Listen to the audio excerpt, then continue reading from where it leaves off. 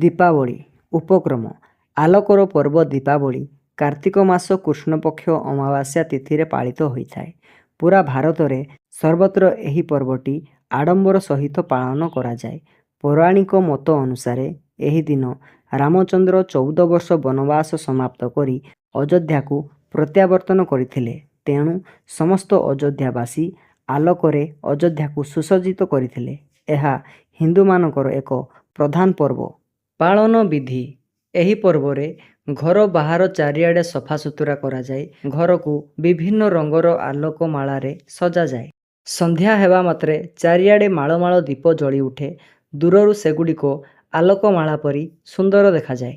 ଏବେ ଦୀପାବଳିରେ ମହମବତୀ ମଧ୍ୟ ଜଳାଇବାକୁ ଲୋକେ ପସନ୍ଦ କରୁଛନ୍ତି। ଦୀପାବଳିରେ ରାତିରେ ଘରେ ଘରେ ଲୋକେ ବାଣ ମଧ୍ୟ ଫୁଟାନ୍ତି। ଏହି ଦିନ ପିତୃପୁରୁଷଙ୍କୁ ଦୀପଦାନ କରିବାର ପରମ୍ପରା ମଧ୍ୟ ରହିଛି। କାରଣ ଏହି ତିଥିରେ ଆଲୋକ ପାଇ ପିତୃପୁରୁଷ ପ୍ରେତ ଲୋକରୁ ମୁକ୍ତି ପାଆନ୍ତି ବୋଲି ହିନ୍ଦୁମାନେ ବିଶ୍ୱାସ କରନ୍ତି। ସେଥିପାଇଁ ସେମାନେ ଏକ ଗୀତ ବି ବୋଲିଥାନ୍ତି।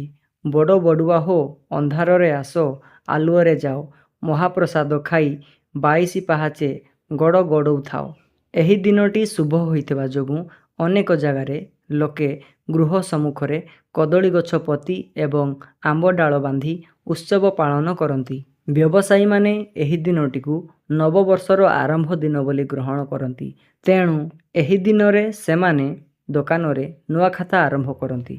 ଆନନ୍ଦ ଉତ୍ସବ ଉତ୍ତର ଭାରତରେ ଦୀପାବଳି ପର୍ବ ଅଧିକ ଆଡ଼ମ୍ବର ଏବଂ ଉଲ୍ଲାସର ସହକାରେ ପାଳିତ ହୁଏ। ଏହି ଉତ୍ସବକୁ ସେଠାରେ ପ୍ରଧାନ ପର୍ବ ବୋଲି ଗଣାଯାଏ। ଖାଲି ଉତ୍ତର ଭାରତରେ ନୁହେଁ, ସାରା ଭାରତବର୍ଷରେ ଏହି ପର୍ବ ଯୋଗୁଁ ପ୍ରତ୍ୟେକଙ୍କ ମୁହଁରେ ଆନନ୍ଦ ଫୁଟି ଉଠେ। ଏହି ପର୍ବ ଅନ୍ଧାର ଉପରେ ଆଲୋକର ବିଜୟକୁ ସୂଚାଏ। ସେଥିପାଇଁ ବୋଧେ ଏହି ଉତ୍ସବ ଯୋଗୁଁ ଅମାବାସ୍ୟା ରାତିର କିଟିମିଟି ଅନ୍ଧାର ଆଦୌ ଜଣାପଡ଼େ ନାହିଁ। ଉପସଂହାର ଦୀପାବଳି ଏକ ମହାନ ପର୍ବ। ଖାଲି ପୌରାଣିକ ବିଶ୍ୱାସକୁ ନେଇ ଏହି ପର୍ବ ପାଳନ ହୁଏ ନାହିଁ। ଏହି ଉତ୍ସବ ପାଳନ ପଛରେ ମଧ୍ୟ ବୈଜ୍ଞାନିକ କାରଣ ଅଛି। ବର୍ଷା ଋତୁରେ ମଶା, ମାଛି ଓ ଅନ୍ୟାନ୍ୟ କୀଟପତଙ୍ଗମାନଙ୍କର ସଂଖ୍ୟା ଯଥେଷ୍ଟ ପରିମାଣରେ ବୃଦ୍ଧି ପାଇଯାଇଥାଏ। ଏମାନଙ୍କର ସଂଖ୍ୟା ବୃଦ୍ଧି ସାଧାରଣତଃ ସ୍ୱାସ୍ଥ୍ୟ ପକ୍ଷରେ କ୍ଷତିକାରକ।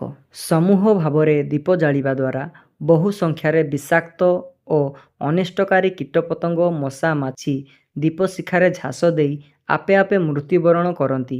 ଆଲୋକର ପର୍ବ ଦୀପାବଳିର ଅପେକ୍ଷା ସମସ୍ତ ଦେଶବାସୀ ପ୍ରତ୍ୟେକ ବର୍ଷ ଉତ୍ସୁକତାର ସହ କରିଥାନ୍ତି।